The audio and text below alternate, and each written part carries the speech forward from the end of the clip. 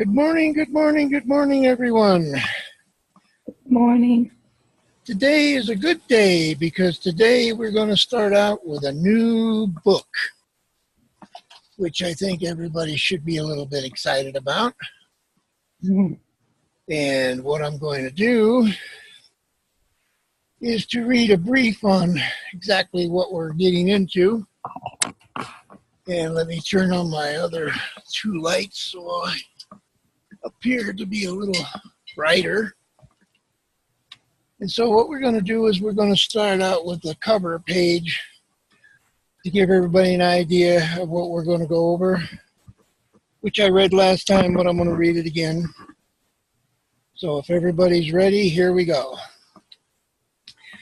Millions who've watched Kreskin, and this is the book that we're going to be reading this week, or probably this month.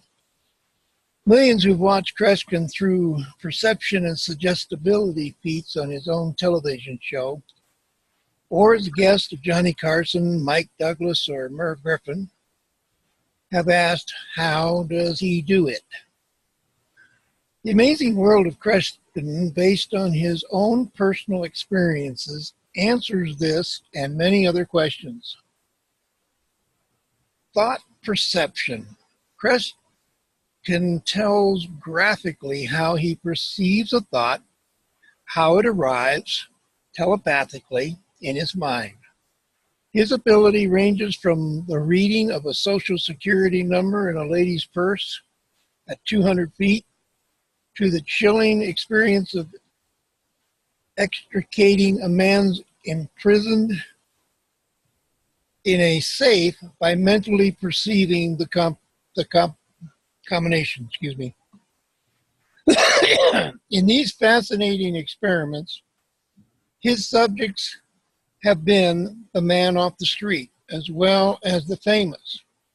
He once telepathically communicated with a TV star, Carol Burnett, over a 3,000-mile distance.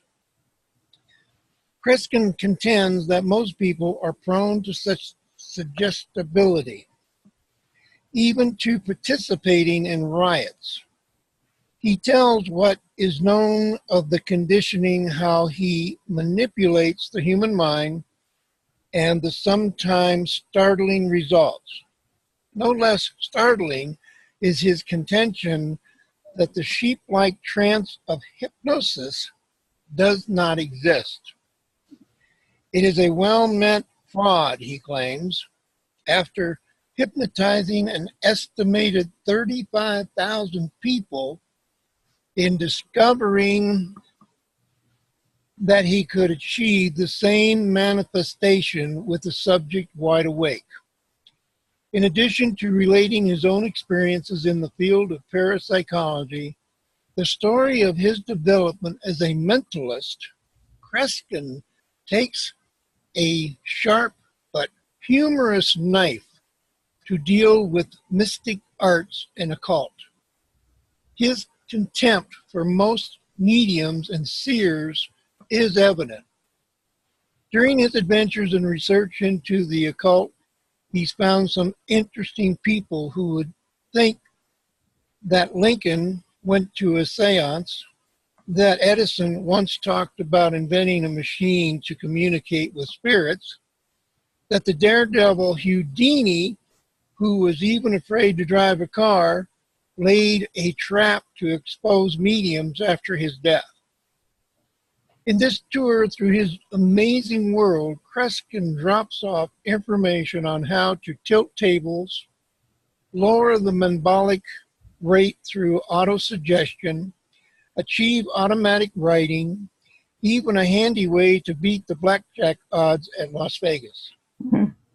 There has never been a book about telepathy, clairvoyance, premonition, M-O-N-I-T-O-N, premonition, that's the word, and psychokinesis and hypnosis, quite like the amazing world of Kreskin. So anyway, I did read the format last time. I'm not going to do that again. And so we're going to go ahead and start with part one, which is ESP as entertainment. I've got ESPN. Hey, you got an ESPN? Holy smokes, Reverend Dave. You gotta help us out here, Reverend Dave. Okay. I ordered Dr. Phil. I've 3 days now. I've tried to figure out how to get on the website of Dr. Phil and order my products. I can't do it from the back office, and I haven't figured out how to do it. Dr. Phil. Dr. Emo. Emo Phil, whatever his name is. Yeah, the links are not on the United site to go to the website of these people. Oh, really? Yeah, thank you, Sandy. They are not there. I tried. I've tried several times. I've tried everything. I suggested to them that they put those websites back on there because they were on there before. Yeah. With the old website. And I believe that's in the works. Well, I can't order. Some of them do have. Well, a lot of the gift cards. I thought you said Dr. Phil. I thought Dr. Phil, like the guy on TV. That's what it sounded like. Yeah. Yeah, not that guy. Hang on. Let me see what I can do. Let me just escape out of here and well, while you're doing that, I'm going to go ahead and start reading so that we can. Anyway, starting with, I guess, chapter 1. I don't know how it's broken up because I haven't read this book for so long. The Unknown. What book is it? I'm sorry? What book is it? Oh, we're reading Kreskin today. We're just starting. Okay. We're all done with the other one. I gathered. Okay. The unknown is always there. Where do you stop? Not long ago, during a concert before students and faculty at Rutgers University, a young lady stood up in the front row after I'd revealed a thought. She'd been concentrating on a single subject, and I'd received it. Someone here is thinking of her boyfriend, I remembered saying. She was a pretty blonde, about 19 or 20. Moving closer to her, I said, think of his name, please. Concentrate on it very hard. This is the usual parapsychology for thought perception demonstrations as simple and direct as I can make it. Facial muscles and eyes soon indicated that she was concentrating deeply. In a moment, I gave her the name. Think of his address, please, I then said. She concentrated a moment longer, and I perceived that thought, naming the correct street number, and town. The audience, thankfully, was hushed, making it easier for us to communicate. Quiet, Q-U-I-E-T, Quiet sharpens the signals. His phone number, I requested. The pretty blonde again concentrated, and I was able to call out the digits. By this time, I realized that she was a near-perfect subject and could not resist probing on. Do you have any brothers or sisters, I asked. She nodded. Think of their names, please.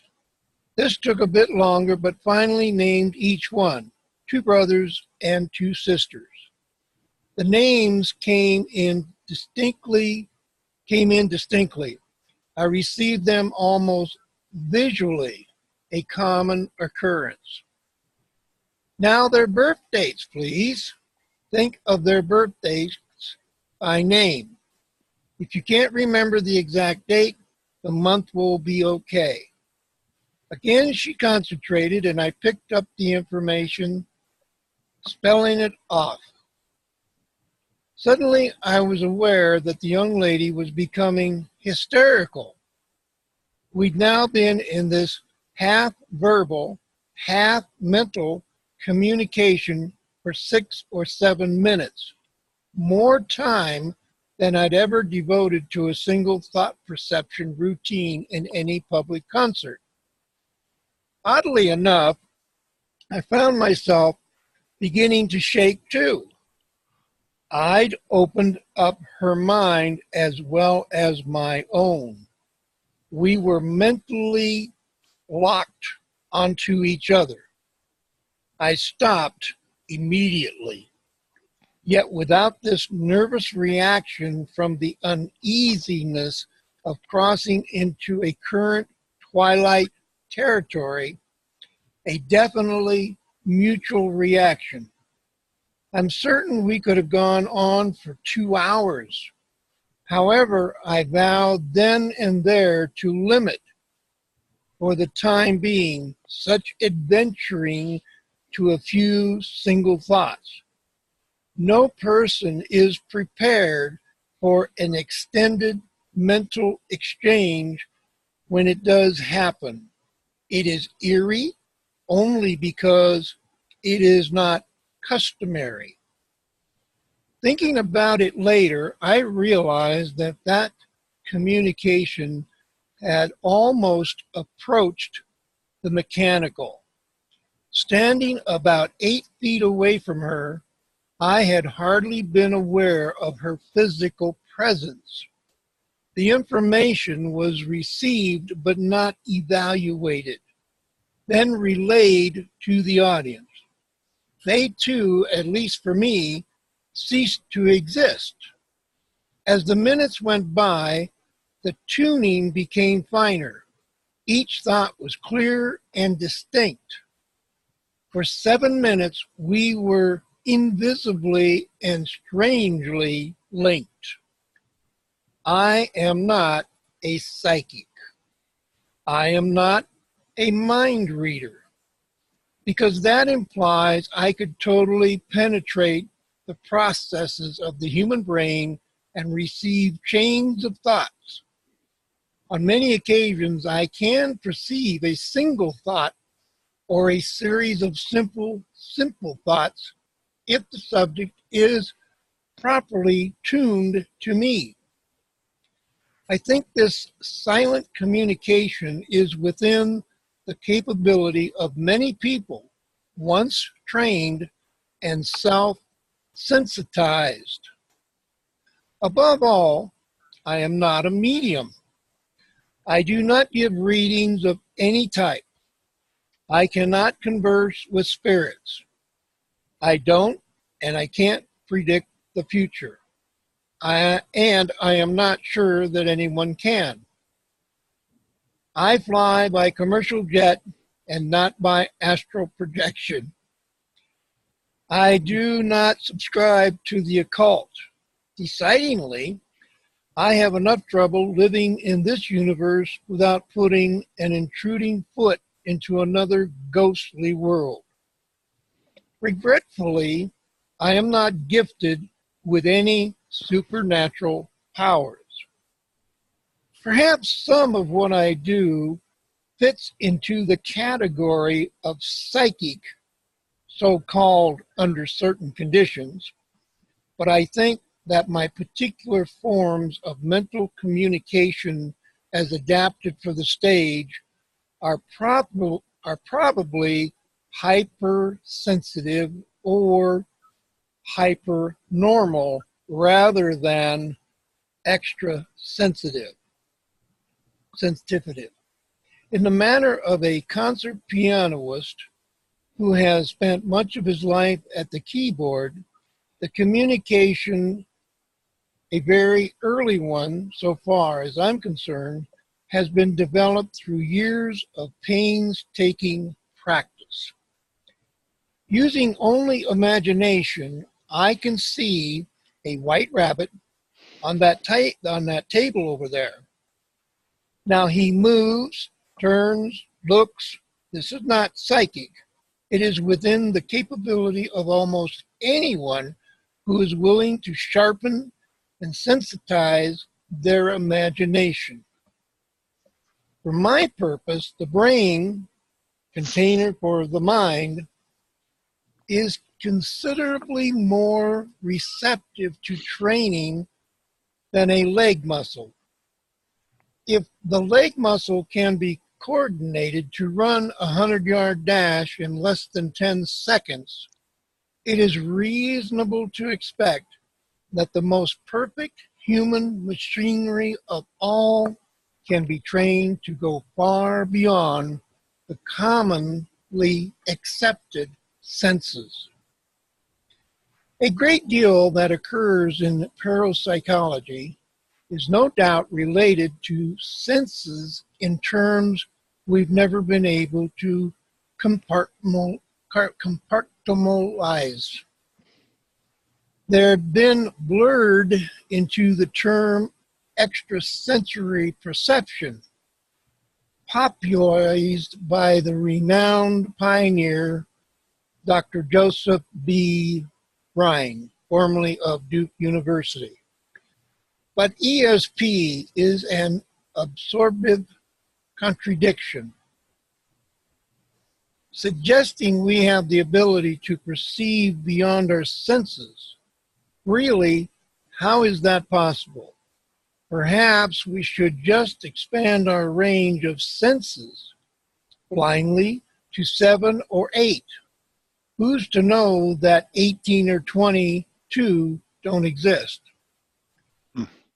A previous pioneer, Dr. Sigmund Freud, once theorized that our psychic abilities were diminishing. All of our senses have suffered because of the technical revolution. Assaulted by machinery, traffic, aircraft, and screaming rock guitars, we are losing fine hearing. It follows that if we all become mute tomorrow, it is quite possible we would develop another sense. Survival might force the oddity of telepathy into the normal and everyday. The sense certainly is always there. It isn't paranormal. True, I produced manifestations or effects that might be attached to the somewhat questionable psychic sense area, and again I confess, I don't understand many of them.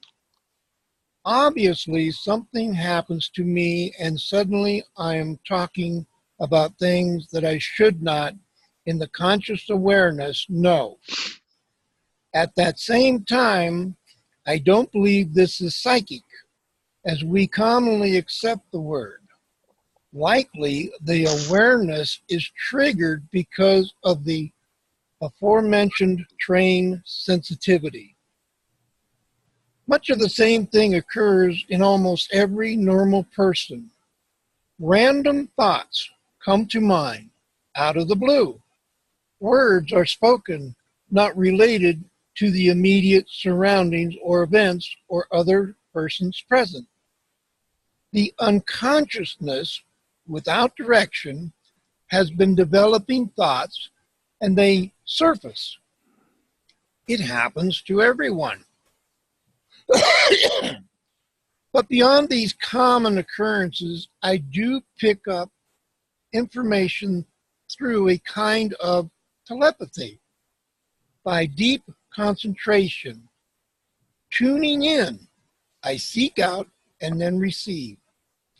A single thought, provided the sender is concentrating to an almost equal depth.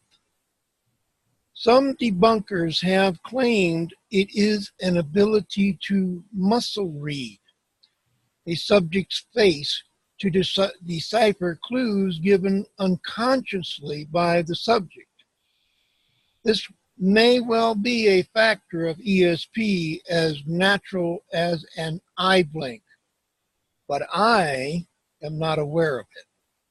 The reaction on the subject's face may unconsciously increase my perception of the thought, but it does not reveal the thought unless an absolute yes or no answer is involved.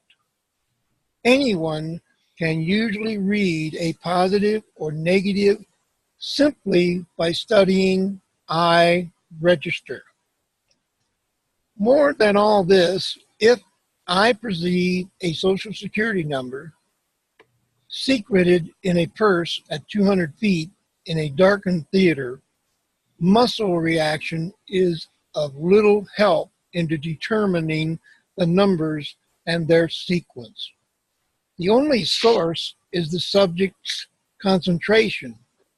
His or her face at that distance is but a small, shadowy object.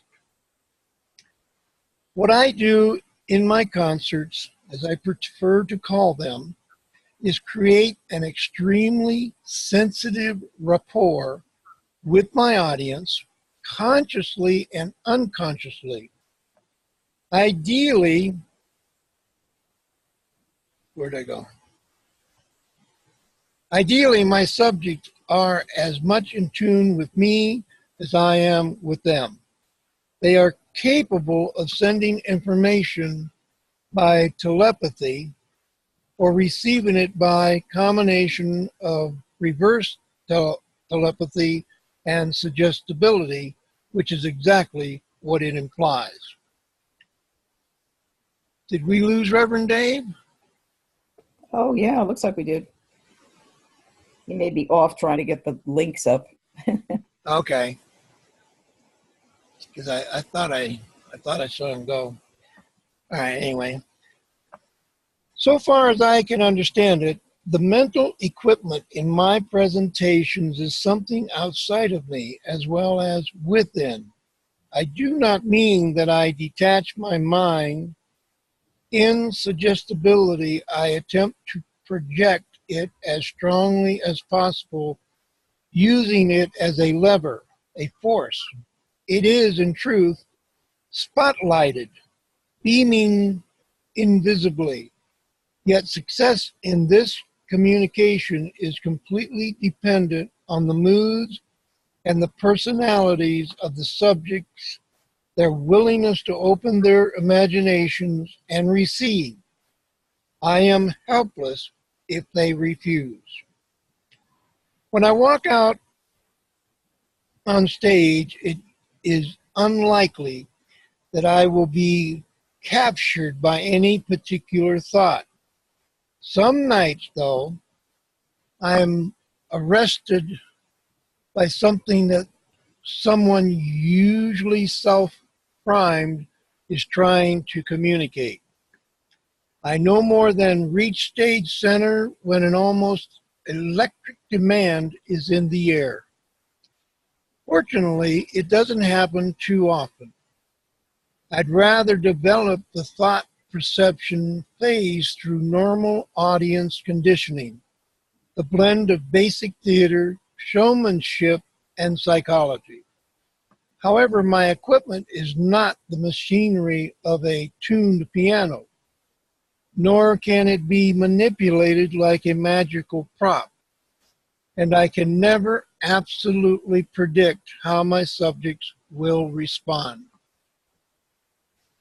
In using ESP as a form of communication, I receive information in images rather than in symbols or distinct sounds.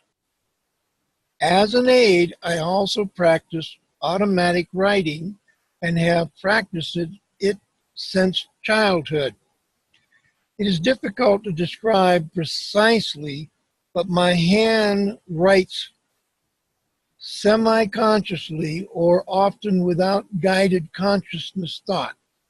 The hand is a direct extension of a portion of the mind, which is receiving and then sending signals. Another portion may be dealing with another subject, usually related. A common, less refined variation of this is the businessman who is listening on the phone, dealing with one subject while his hand is scribbling on the pad about something else. So while talking to an audience, I'm constantly writing, although I'm not really aware of the pencil movement. The material is usually ahead of what I'm trying to say to the audience or receive from them. As the automatic writing proceeds and certain thoughts begin to come clearly, a subject is developed and targeted. I then attempt to perceive thought imaginary. I almost see a picture, which is the thought not clearly. I hear information which I don't really hear in an auditory sense. The latter is sometimes called clairvoyance, stealing from clairvoyance, except that I think it is just my own way of handling the information hypersensitivity. With eyes wide open, I perceive the images as I'm looking out over the audience. In the case of reading someone's social security number, which seems to be a favorite because of the simplicity and the familiarity, I see it more easily over a darkened part of the theater. This area, far from the floodlights, becomes a blackboard. The subject is dim, scarcely more than a voice, and I prefer to have the subjects in a darkened area, although it makes little difference. The lenses of my glasses resemble pop bottle bottoms. I'm helpless without them, usually much in the manner of a lecturing professor. I remove them entirely when perceiving thoughts. Holding them, however, does not seem to aid in concentration. I have a theory that nearsightedness aids in ESP. But the glasses are not transistorized bugging devices. I have no sound set of hidden eyes, no mirror built into my ring, no periscope in my belt buckle, no assistant concealed in the ceiling and transmitting to me through a miniature radio, all of which have been advanced as how-to techniques. I'm going to check chat here for a second.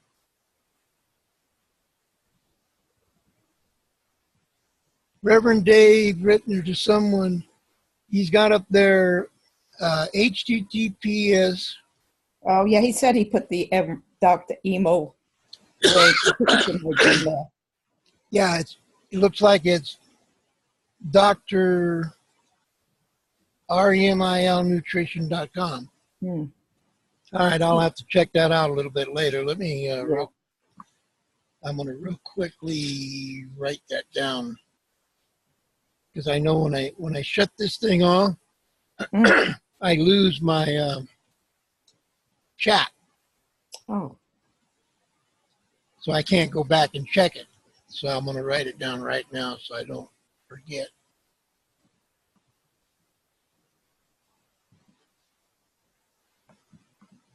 Nutrition.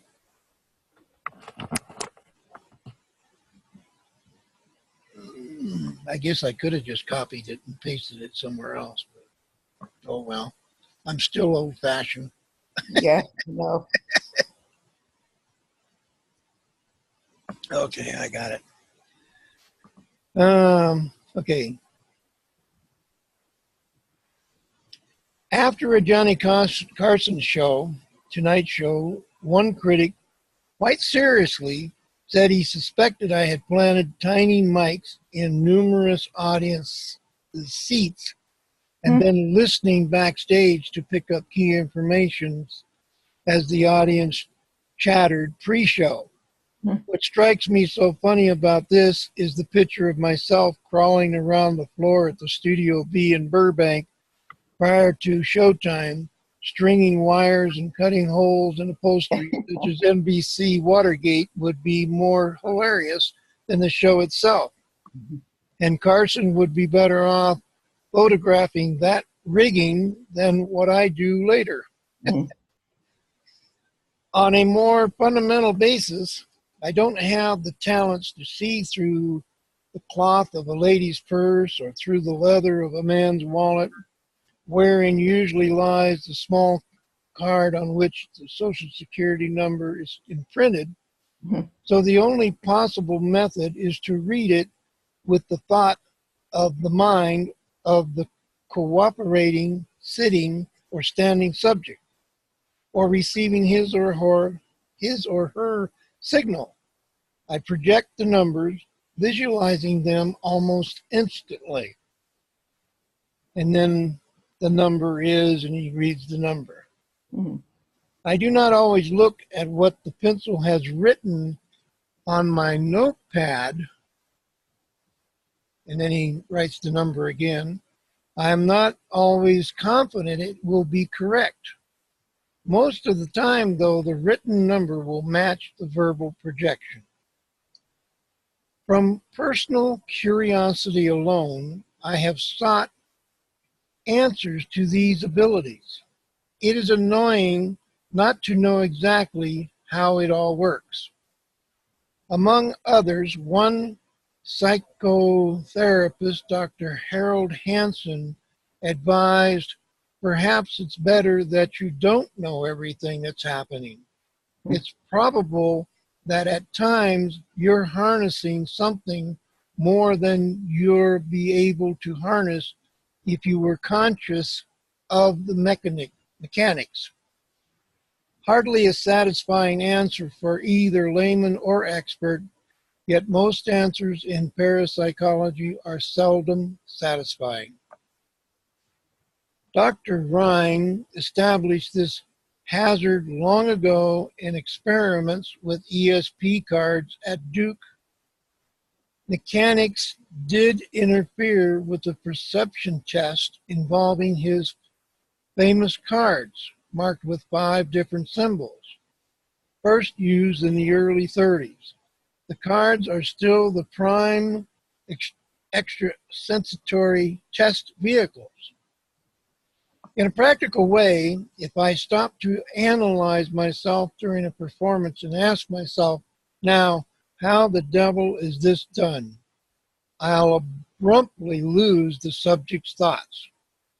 It is only after the performance, well after, that I can afford to ponder the process that might have taken place.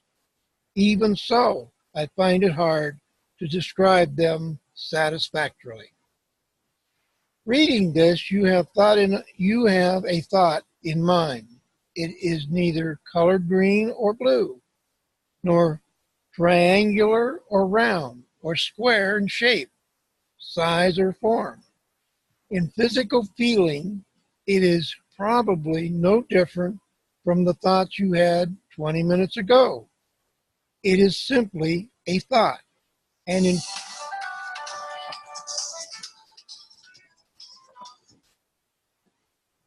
in terms of physical reaction, not distinguishable from any other thought, an emotional thought, one of wild anger or one of deep love, does appear to have a different texture and, I suppose, feeling.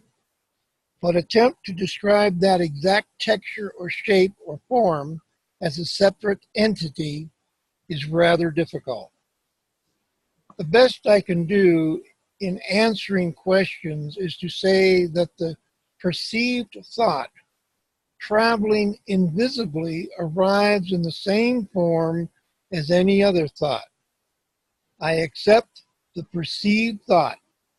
It is suddenly there, and I act upon it without any particular evaluation. In view of the fact that we are all using the same basic equipment, the thought, whether it is prompted by verbal or sensational contact or perceived, would cause some surprise if it arrived in a different package. However, I firmly believe that public demonstrations of thought perception should not be considered as absolute proof of the scientific possibilities of ESP. Demonstrations such as mine should be considered as examples of the particular skills of the performer. My own mood counts. I take a walk at least a mile long before every TV show or concert to shut out distracting thoughts around me.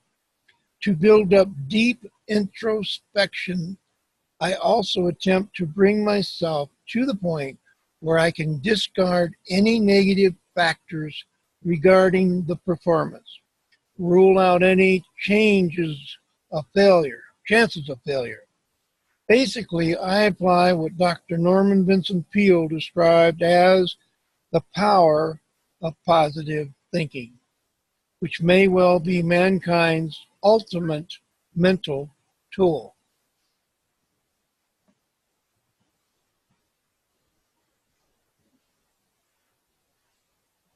Here's the gift. We have removed the 40-minute time limit on your first group meeting.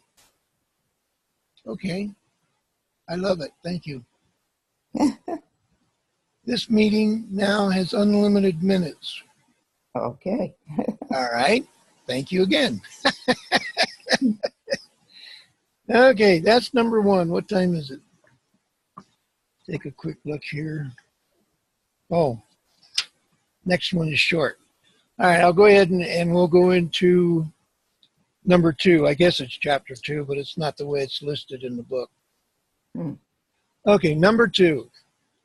During the 1890s, the early period of the British Society for Psychical Research, forerunner of the present American group, a word used to explain certain thought perceptions was hyperanesthesia.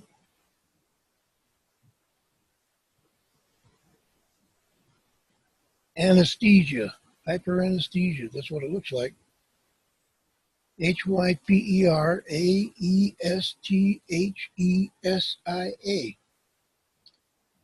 That's what hyperanesthesia. I guess. I don't know. I really don't. I'll But have to write it out. yeah.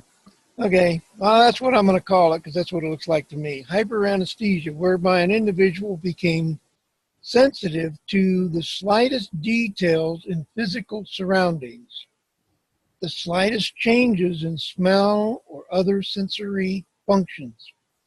However, long before the word was formalized, now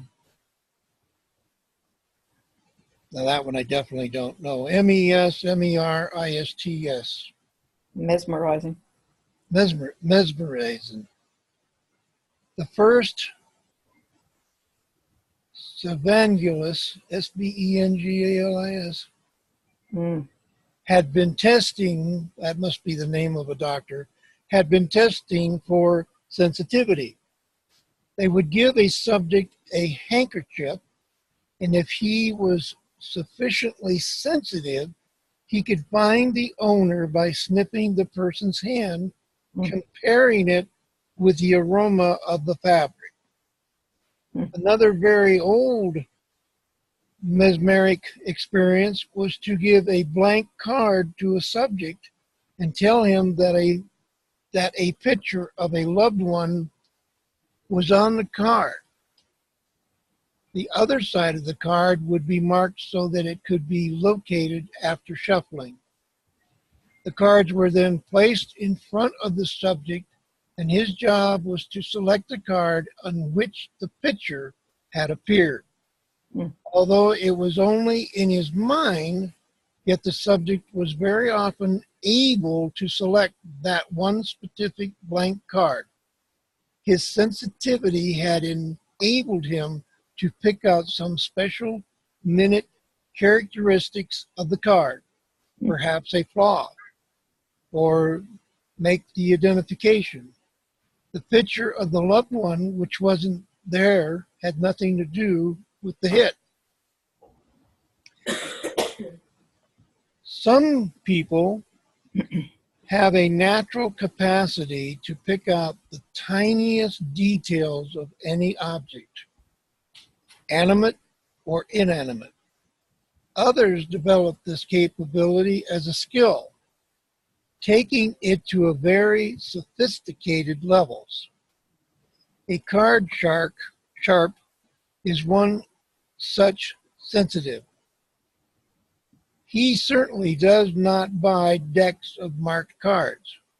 There are only about 14 American printed and marked back designs, and the professionals know the imprints of each maker. The sharp takes an ordinary deck and makes his own marks as he goes along. By the third hand, through pressure of his fingernail or hidden device, he makes indentations visually perceivably only to him. It is a developed sensitivity, catastrophic to the opponents in any poker game.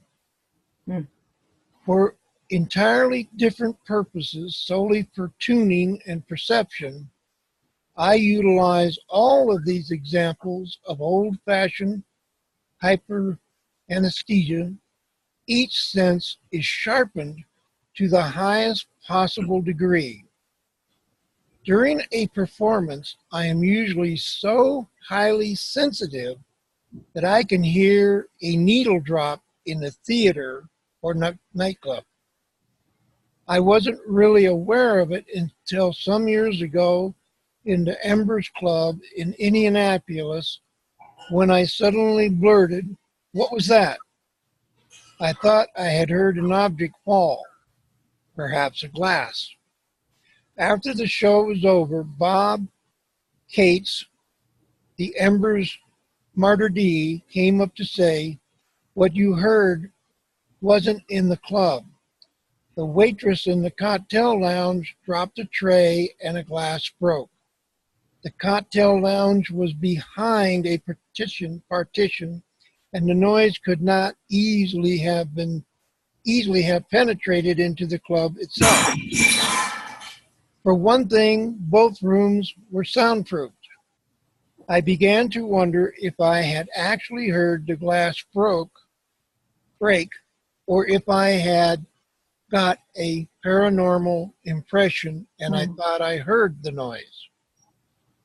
At any rate, I couldn't see the lounge from the stage, so it wasn't visual. For the next week, I had Bob or some other member of the staff drop a tiny object within the club.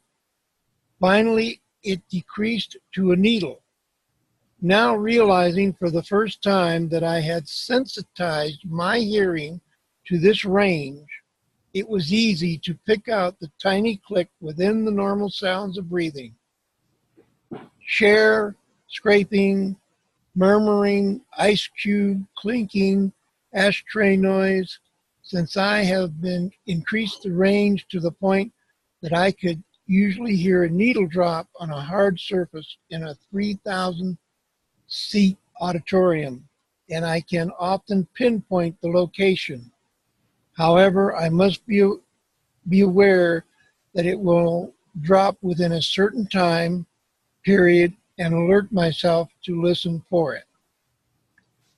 Certain types of sound, though, can be disastrous, especially if they're steady. Recently, a gentleman at the Las Vegas Hilton kept clicking 2 chips in his pocket. From the stage to my ears, they sound like cymbals crashing. I finally stopped the performance and asked him to put the chips to better use at the crap table. Operating under this degree of sensitivity, I usually feel exhausted, totally drained after a concert.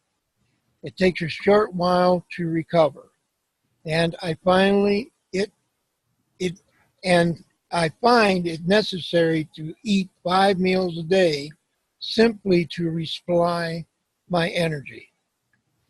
From roughly 155 of them, I usually lose 2 or 3 precious pounds per performance. Of course, complete mental concentration and a compact time burns more energy than normal physical exertion in triple the same time.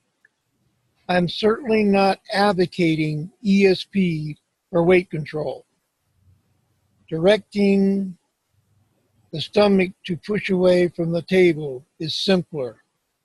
Besides, ESP cannot be employed to cure anything, so far as is known. Interesting. Let's see, 1, 2, 3. I might be able to do 3. Are you ready? Yeah. It's only about 2, 3 pages. Mhm. Okay. Number 3. I've often been asked why I use illusion completely unrelated to parapsychology. To begin, mentalism concerts. I perform card effects. I prefer effect to trick because of the mental effort involved. Or join wedding rings from the audience into an unbreakable chain or insert a 50-cent piece into a soda bottle. The latter effect, which I find great fun, is something I devised 15 years ago. After requesting someone in the audience to lend me a quarter or a $50, I asked him to mark the coin for later identification.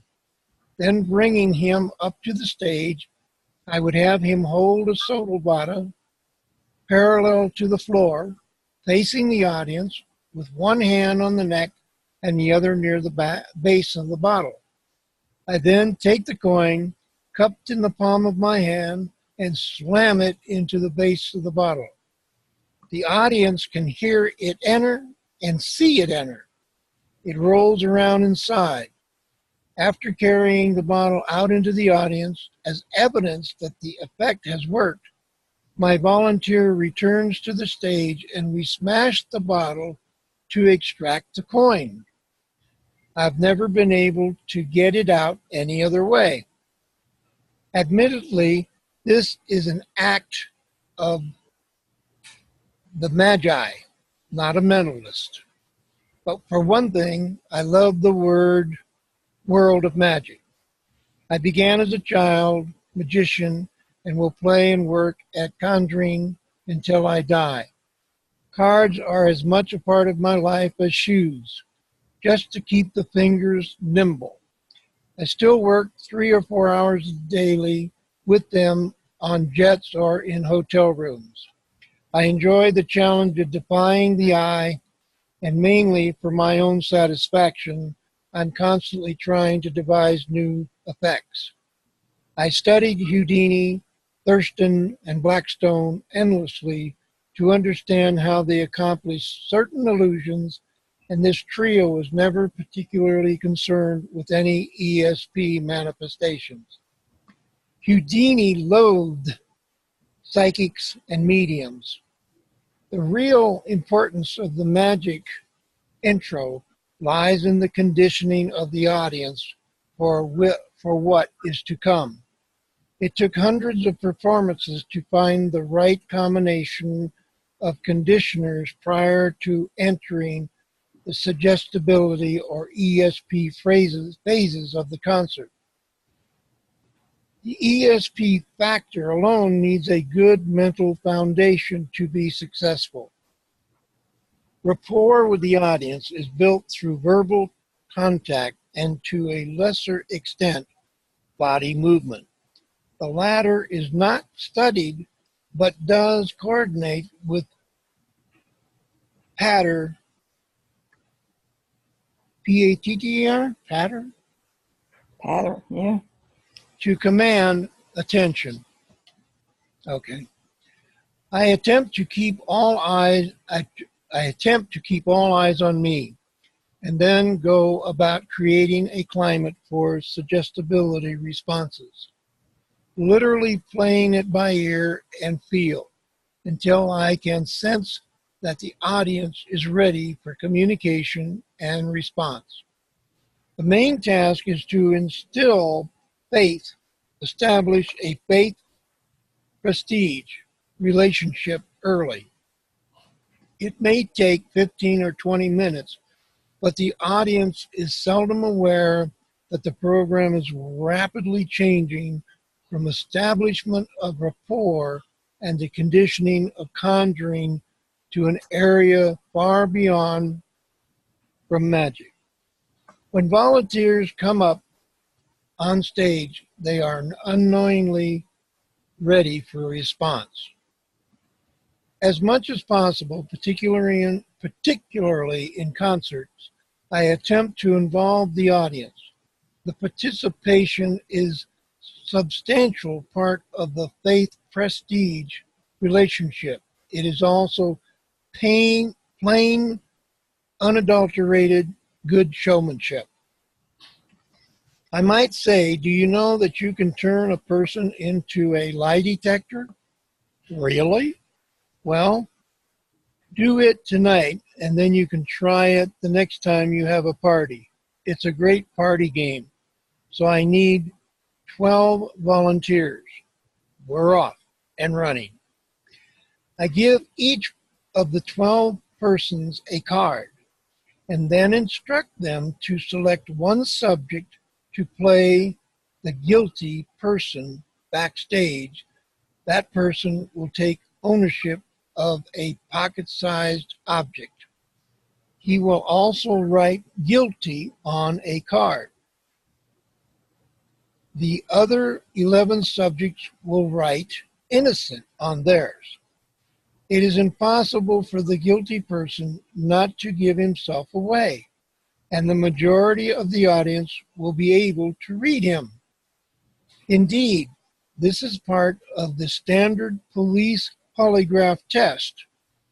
That insidious but helpful machine is a throwback to the old witch doctor who could actually read guilt. In itself, it is a wholesome thing, often causing subjects to reveal themselves before hooking to it. With its unfeeling electronic sensors, it preys on the human mind unsympathetically, unforgiving. It is scornful, for the most part, of the mere actor, the liar. While the subjects are backstage with their game plans, they instruct the audience to read the faces of each subject carefully, to study the body for signs of rigidity,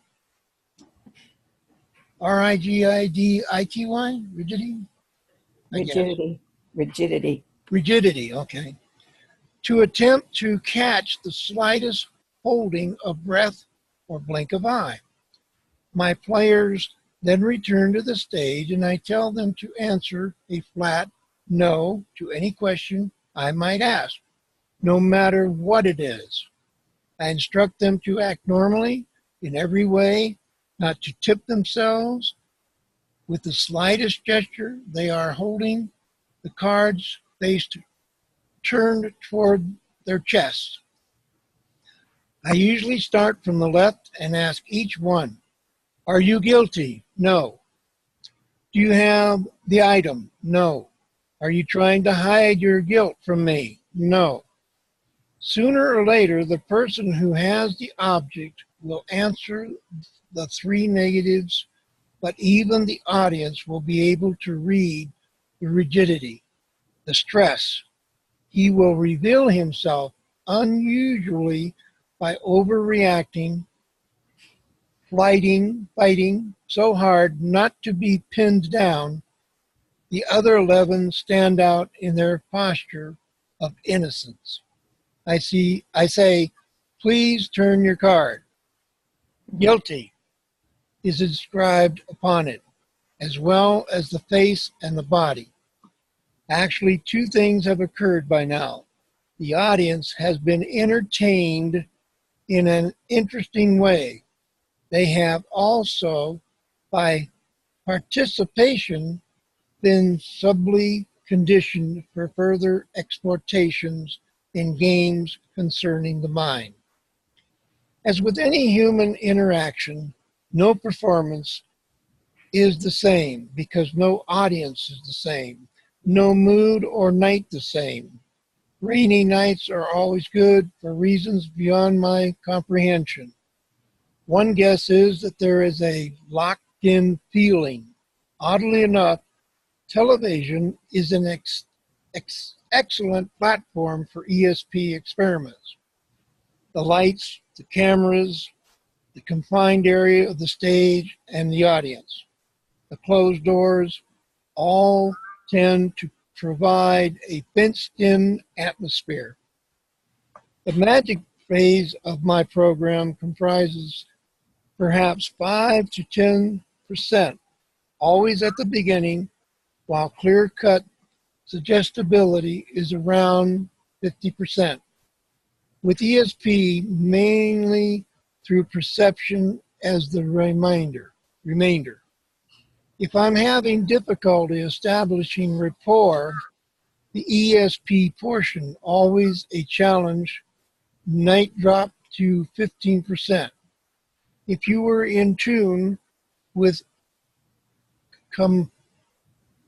comparatively free communication as there was with the girl at Ruffridge, it can climb to 60%.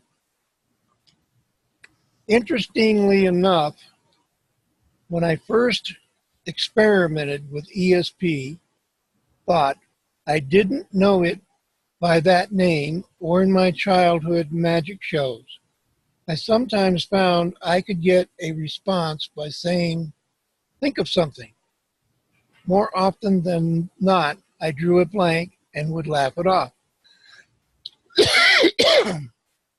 Whip out a deck of cards, materialize a bouquet of flowers, or go into the hypnotic phase of the program. So I was able to find my way as an entertainer, and as years went by, I learned that I had to condition myself as well as the audience. Excuse me. As a simple example of the suggestibility phrase, one of my favorites is to have someone from the audience pick a telephone book at random from a large pile of directories, open it to a specific page, and put his finger on a specific name. It is then my role to announce that name. However, it is a name that I have already selected by checking the phone books. I have it in my pocket, written out before the volunteer even walks on stage. Oh my gosh. How is this done? My goodness. How is the subject mentally commanded or to target that specific name out of the hundreds of thousands? Throughout the roughly 2 minutes, I acknowledge that I have some control over the subject's mind as each step is accomplished. I am sending positive, unmistakable mental signals to explain as best I can and create an intensive communication with the subject, causing him to respond involuntarily to my sent thought, ordering him to the correct directory, the correct page. It is a type of telepathy in reverse. The last sequence is to realize by asking the subject to rotate his hand around the phone book page, triggering the circle with each rotation. This isn't really necessary, but adds to drama and audience suspense. While the subject is doing this, I stand my back to him, mentally visualizing the circle and where his hand will stop or should stop. If successful, it will be at the name selected prior to the showtime. The subject circles it firmly with a pencil. Some 10 feet away, unable to see the directory, the subject, or the tiny circle that he has made, I call out his selection and then wait for the affirmation and the welcome sound of applause. Of course, he didn't select it at all. He was directed, guided, commanded, suggested into the one specific line of type. He is never aware that this nonverbal control has been exercised. Luckily, there have been about 98% successes with this particular experiment. A more difficult version of this is done with a watch. Standing back to back at a distance from the subject, I instruct him to spin the hands of his watch to a specific time. Simultaneously, I spin my watch hands, and we will both. I spin my watch hands, and we will both, if successful, arrive at the same reading on the watch. In this effect, I am synchronizing to where I have directed him to stop.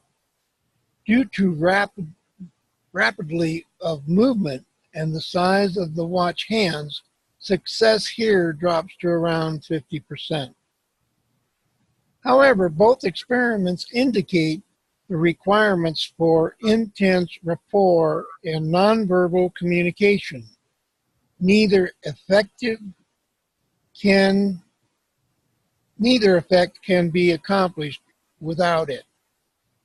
The means of communication often overlap or often combine when I have two members of the audience come up on stage to burn 4 out of 5 small paper bags, one of which contains a $100 bill.